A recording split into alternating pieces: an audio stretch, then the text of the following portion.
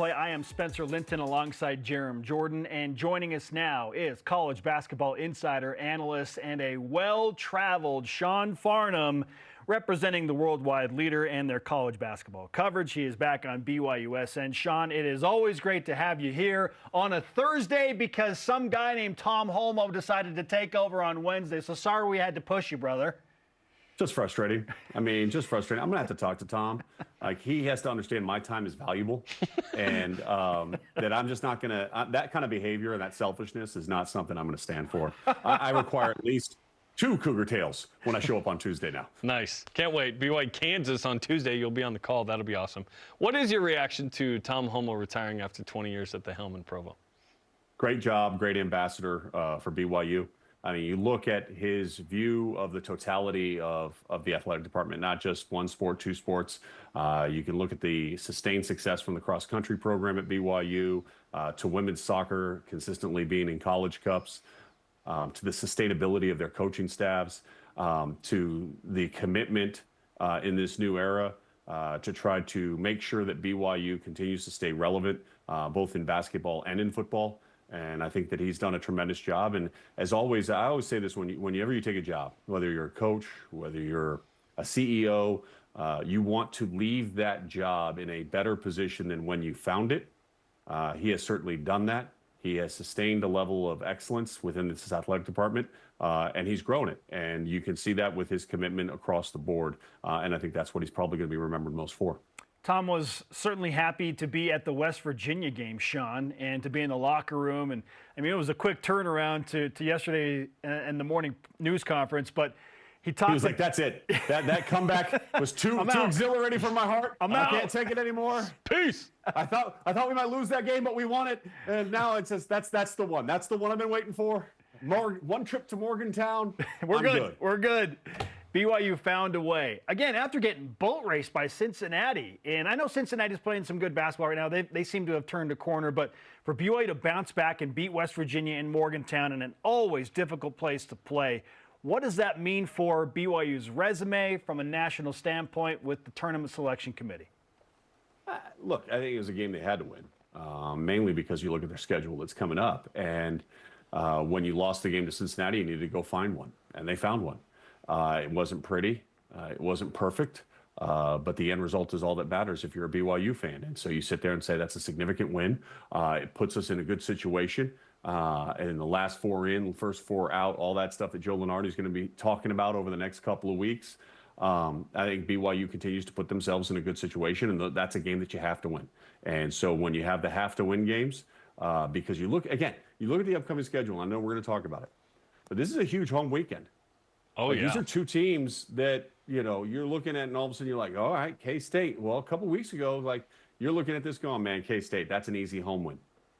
Not anymore. They're playing the best basketball of anybody in the conference right now. They've won 6 straight, and it's not just they've won 6 straight, it's who they've beaten. Arizona, Kansas, at Iowa State. I mean, they have significant wins within those 6 wins. And I think that all of a sudden that game becomes a lot more difficult than you thought it was maybe 3 weeks ago. And then you have Kansas, and Kansas is Kansas. And I talked about this the other day on a radio show that I was doing, and they asked me, what's wrong with Kansas? And I said, what's wrong with Kansas? Nothing really. I mean, there's some inconsistencies, and we can talk about, Griffin and Storr and the fact that they haven't provided what I think Bill Self thought he was getting when he got them in the transfer portal. But if you went, hey, this team is 17-7 with a BPI of 8 and a net ranking of 11, and they're in the second best conference in the country at 8-5. What's your thoughts? Oh, that's a good season. Then you throw Kansas up there and you go, that's not a good season. Why? Because the standard is the standard, and what Bill Self has created at Kansas is something so elite that when they're not at that elite mark, I think people start to panic a little bit unnecessarily. Like Hunter Dickinson is playing at an All-American level. He's already a 2-time All-American, did 1 at Michigan, 1 at Kansas, and I think he's probably playing at that level right now. Coming in this game over the last 5, he's averaged 19.6 points per game. Obviously, they have the game at Utah that I'll be on the call on Saturday. But this is a big 2-game stretch, and then all of a sudden you're like, oh, okay, so what's after that? Oh, you go to Arizona. Okay, well, Arizona's been one of the best teams in the Big 12 all season long. Like Houston did a year ago, Arizona has made a seamless transition from the Pac-12 into the Big 12. Arizona State's always difficult because they play defense the way they play defense. They got good length. Obviously, they were in a battle last night with Texas Tech in what was a phenomenal game down in Lubbock. Then you get West Virginia, and then you go to Iowa State. Okay, pick the easy one there.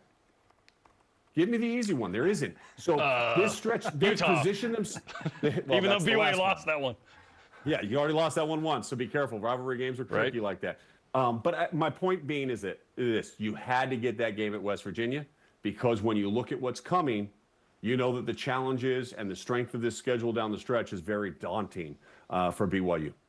How does BYU match up with Kansas State? Because David Gasson, Coleman Hawkins, Doug McDaniel, these guys are playing great ball, as you mentioned. What is it that they've changed to be so good? I think Doug McDaniel is the key to all of it. I mean, his speed, his consistency at the point guard play, his confidence that he's playing with right now is off the charts good. I mean, that play they've isolated him. They've been able to get him in mismatches. Like they had Henry Vasar on him, and then he started playing with it. I mean, he went literally behind the back, through the legs, on a drive to the hoop, and just was like, oh, I know what I can do to this guy, and put him on skates. And then, you didn't even talk about Coleman Hawkins and what he brings to the table as well. This is a Kansas State team that I thought underachieved for most of the season. Did I expect them to win 6 straight, and in particular those 3 teams that I already mentioned? No, I did not. But they're getting better and better, and I think Doug McDaniel has been a big part of that because we often talk about this, right? Point guard play is really important in college basketball, more so than probably any other level of college basketball. So how do you share the ball? How do you move the ball? What is your point guard play bringing to the table? And when your point guard play is at an elite level, it makes things better for everybody else that's out on the floor. And I think that's what you're seeing with K-State. They're more connected at the defensive end. Offensively, they have become much more explosive. And if you could throw that graphic up one more time that you guys just had up with the schedules and the net rankings and all of this thing, because what I'm going to tell you is this. When you look at Kansas State, in particular where their net ranking is right now versus where it will be at the end of the season, there's a good likelihood that K-State could transition into that upper echelon if they continue to be on this hot streak. They continue to win games. They don't take any bad losses. I think Kansas State is the team that might end up somehow finding their way into the NCAA tournament based on this stretch run. Sean Farnham of ESPN is on BYU Sports Nation. I think every BYU fan wants to know how the Cougars get off the bubble, because it kind of feels like we're strapped in, and it's just going to be that way until Selection Sunday. You don't. But here's what you have to do if you're a BYU fan. Look at what's going on around the bubble. For example, if you look at Joe Lunardi's list, right? Who's the teams that he has on the bubble right now? Where's the opportunity for them to get significant wins? Like Wake Forest last night took a brutal home loss. A brutal home loss to Florida State. They were up by 16 with 8:22 left to go. They got outscored 27-9 down the stretch. They were trailing by 1 with the ball in their hands with 10 seconds left to go, and their point guard took a 35-foot jump shot from the logo for no apparent reason. None. All right, he was 0 for 4, by the way, on the game, so it wasn't like he was hitting shots. I mean, just a complete breakdown for Wake Forest at home. That loss hurts them. That is a quad 3 home loss. So, as long as you can avoid those bad losses, I think you're going to be okay. Look around. You see Arkansas. Okay, Arkansas could trend up if they get to 6 wins in the SEC based on the strength of the SEC this year. That might be good enough to get them in. I think VCU, the A10, could become a 2-bid conference. But North Carolina, SMU, Pitt, not necessarily, hitting home runs here down the stretch with schedule and opportunity for big wins. Neither is San Diego State. And so I think that as you look at where those teams are at, Oklahoma's trending in the wrong direction right now. I don't think Nebraska is like so far away that they can't be caught. Those are the teams that you have to be looking at. Okay. If you're a BYU fan, don't worry about necessarily what's going on at the top. Pay attention to what's going on with the SMUs, the North Carolinas, the VCUs, the Arkansas, the San Diego States. I think Georgia's going to be okay. Main reason why I think Georgia's a little bit even better position than Oklahoma is while they have more losses, all of those losses are essentially quad 1 and ranked opponents. Like compare that to the losses of some of the other teams on the bubble. That's when it comes down to it, guys. The selection committee goes in and they can say what they want, but when you get to those teams and the margins are going to be so thin, inevitably what they end up doing is, okay, The top is the quads aren't necessarily the quad one wins and those type of things. They're not necessarily going to be the separator. So what is the separator? Well, give me the reason why they shouldn't be in the NCAA tournament. Well, they were inconsistent. They didn't win enough games, or they had 4 bad losses. They had 2 quad 3 losses. They had a quad 4 loss. And they start going down in that regard. And I think that becomes the separator when you get to those last couple of teams that are going to get into the field. My anticipation is obviously based on the schedule. BYU is going to take some more losses here. But are they good losses where they were highly competitive? Are they fighting on the road against Iowa State? How do they do down in the McHale Center? Against an Arizona team that's really good at home. They beat Texas Tech last week in that game that I had on Saturday. Looked really strong there. Like, if you win one of those, then now you're not even worried about the bubble. So if you want to get off the bubble, here's what you have to do. Sweep the next 2 games at home, and you got to win one of those 2 big games on the road. That's a lot. I was going to say, it's that easy?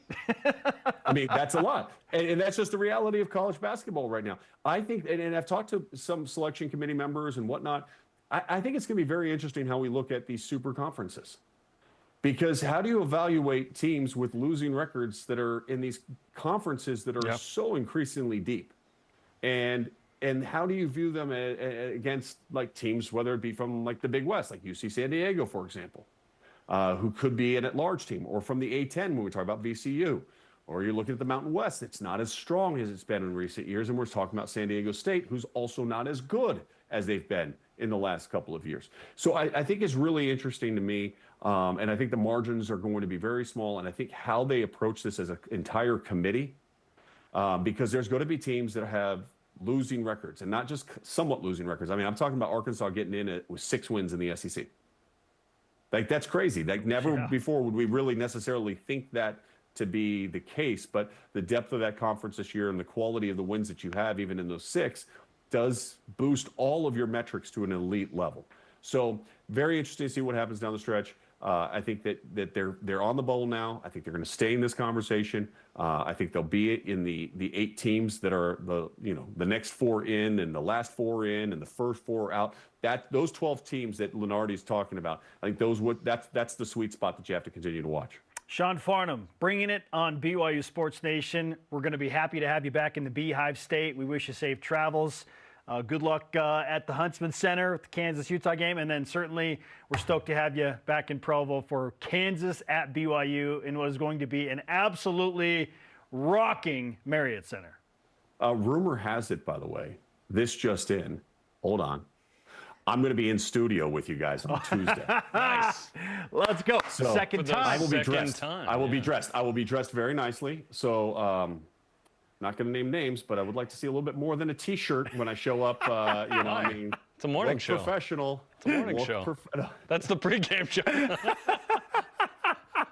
It's gonna be fun, guys. I can't wait to be back in Utah. It's gonna be a good 3 games in 4 days. Getting to see Kansas twice, getting to see Kansas State at Utah on Monday night. It's going to be a lot of fun, and this is the time where we get out of those dog days and the stretch run really starts. Valentine's Day hits, we just move forward, and hopefully the 2 of you have already taken care of your Valentine's Day responsibility. Absolutely. I'm all over that. I'm not. I'm all over it. I got work to do today. Sean, good to talk to you, man. Be well. Travel safe. We'll see you soon. All right, guys. Talk to you. Sean Farnham of ESPN. Sean Farnham. He's a man by necessity who travels so much. I guarantee he's taking care of his Valentine's Day responsibilities. Yeah, because he's going to be gone. He's already gone. He's in Bristol. It's long taken care of. Yeah, he's not going to be home.